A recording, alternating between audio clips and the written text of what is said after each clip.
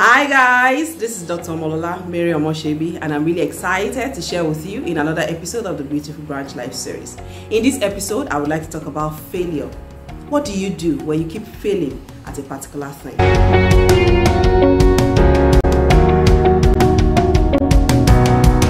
I was recently going through the book of Judges, and in Judges chapter 20, something happened that really caught my attention. I had to read that passage over and over again because I was in awe of the message from that particular chapter. In a previous chapter, something happened to a particular man. He went to get his concubine, and on his way, he needed somewhere to lodge. He decided he was not going to stay outside the community of Israel. So he did not stop until he found somewhere that he considered safe, somewhere that he considered home, at least amongst his own people. However, in that town where he lodged, he was attacked. His concubine was raped to death, sadly. So he cut the woman into pieces and sent them to the 12 tribes of Israel.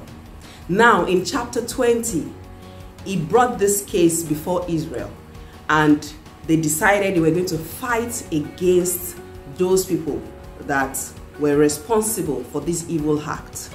Lo and behold, the people gathered together. They went ahead to fight against that community. But the people of Benjamin, they were defending this particular set of people. And they went out the first day.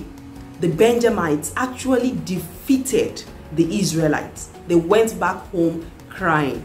They wept before the Lord and asked him if they should go back to fight. And God told them to go fight. Now, that is the interesting part. God told them to go back to fight. However, by the time they went the next time, they were still defeated. They came back crying again. And they asked the Lord again, should we go back to fight? And God told them. He assured them that he was going to grant unto them victory.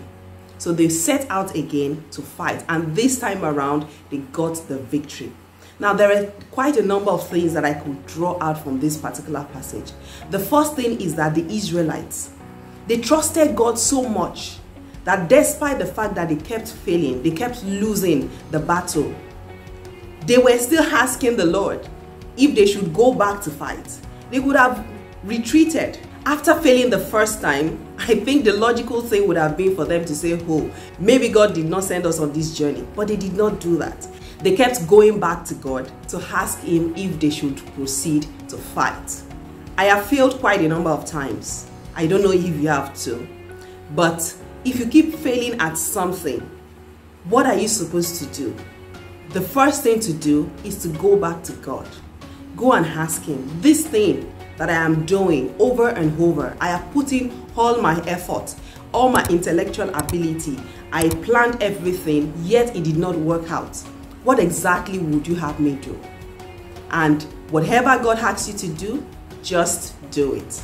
Trust him that much. Trust in the Lord with all your heart. Lean not on your own understanding. In all your ways, acknowledge him. That's what the book of Proverbs chapter 3 tells us. So in essence, I am admonishing you today that the fact that you're failing doesn't mean that God did not send you on that journey. The fact that that business that you have set your hands on have not yet broken through doesn't mean that that business is not for you. The fact that you are having issues, rifts within your relationship doesn't mean that that person is not the person that God has chosen for you. As a matter of fact, when we sail through life, we encounter storms. And those storms help us keep going back to God. That is my thought line. It keeps us in step with God. We just know that we cannot do anything without him. Basically, we will keep going back to him because we need his help. Have you been failing at something? Don't give up just yet. Go back to God. Ask him, what would you have me do? And then do exactly what he asks you to do. Secondly, go back to the drawing board. Once you have the go-ahead to fight that battle, to pursue that business, to hold on to that relationship, go back to the drawing board. God has given you his word. Now, what do you have to do What are the practical things you need to do? Are there blind spots that you did not pay attention to earlier? Trust Him to open your mind to the possibility of doing things differently. Because like they say, you can't keep doing the same thing and expect a change. So it might just be in the strategy. The children of Israel in this passage had to strategize. They came up with a brilliant idea that distracted their enemies, and at the end of the day, they got the victory. So I encourage you today, open up your mind.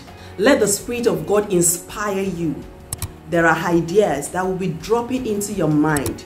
Don't ignore them. Don't throw them out because they seem not to make sense. One experience of mine that I would like to share in this line is when I had issues with my relationship while I was courting my husband, then fiancé. So it so happened that we had one terrible fight that broke us up, and we were apart for like 8 months. I could have said, excuse me, I'm done. Like he said he was done, I could have said I'm done too. Let everyone go on his or her own way. But I had a word from God. I was sure, like I was 99% sure. Now that 1% is because of my human nature. But I was sure that this was the relationship that God led me into. So I did not let go. I kept praying, kept working on myself because I had my own flaws at that point that led to the breakup. Okay, so I held on still, all because God told me. I had that word. I was sure that this was God leading me. Don't give up on your dreams, those godly dreams. Stay encouraged. Don't stop. Don't give up the fight. Like David, he asked the Lord, should I pursue? And God told him, yes, pursue. You will overtake and recover her. So shall it be for you too. I hope that this video has inspired you in some way. If it has, please share.